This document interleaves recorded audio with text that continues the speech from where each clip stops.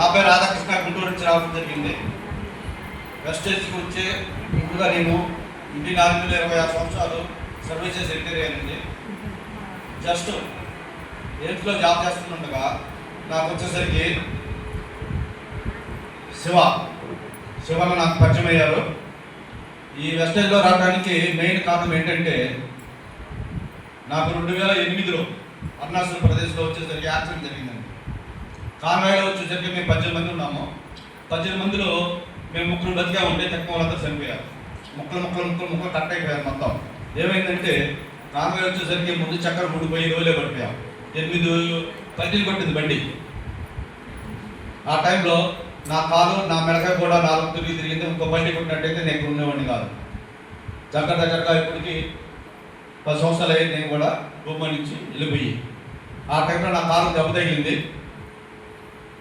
అప్పటి నుంచి నేను ఇంగ్లీష్ ముందులో వాడుతూనే ఉన్నాను, కానీ ప్రాబ్లం సాల్వ్ అవ్వట్లా.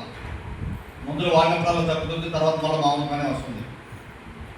ఎప్పుడైతే నాకు వెస్టేజ్ పరిచయం అయిందో, శివాసార్ వచ్చేసరికి నా దేవుడితో సమానం.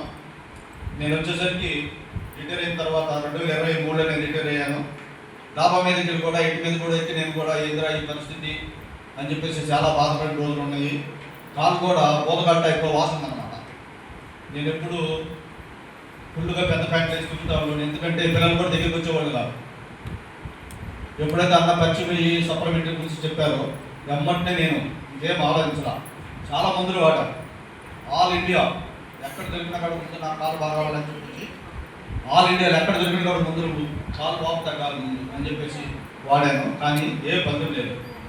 ఎప్పుడైతే నాకు వెస్టేజ్ పరిచయం అయిందో, శివన్ వచ్చేసరికి నేను వెంబటే ఇక్కడ సంగతి ఏది అన్న, ఏది కాదు రిడ్యూస్ అనుకుంటున్నామని చెప్పేసి అడిగారనమాట. అడిగితే అప్పుడు చెప్పా, అన్న ఇది పరిస్థితి అని.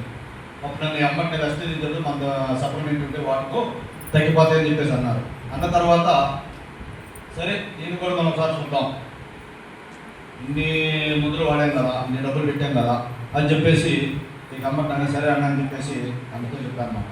ఇక అమ్మటనే డ్యూటీ నుంచి అక్కడి నుంచి మేము ఇద్దరం ఎమ్మటనే డిఎల్సీకి వచ్చేసాం కొత్తపేట. అక్కడ వచ్చేసరికి 8,000 రూపాయలు పెట్టి అమ్మటనే నేను సప్లిమెంటరీ తీసుకోవడం జరిగింది. సప్లిమెంటరీ తీసుకెళ్ళిన తర్వాత వాడుతున్నా. రిజల్ట్ అనేది 15 రోజుల దాకా నాకేమీ తెలియటల్లా.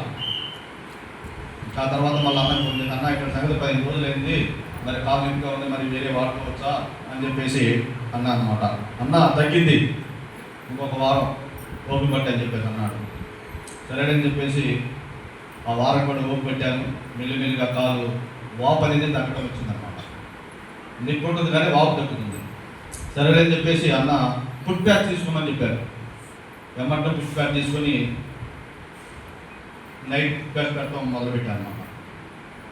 దగ్గరగా 4 నెలలు వచ్చేసరికి నా కాలు మళ్ళీ నాకు యథాస్థితిగా వచ్చేసింది. నేను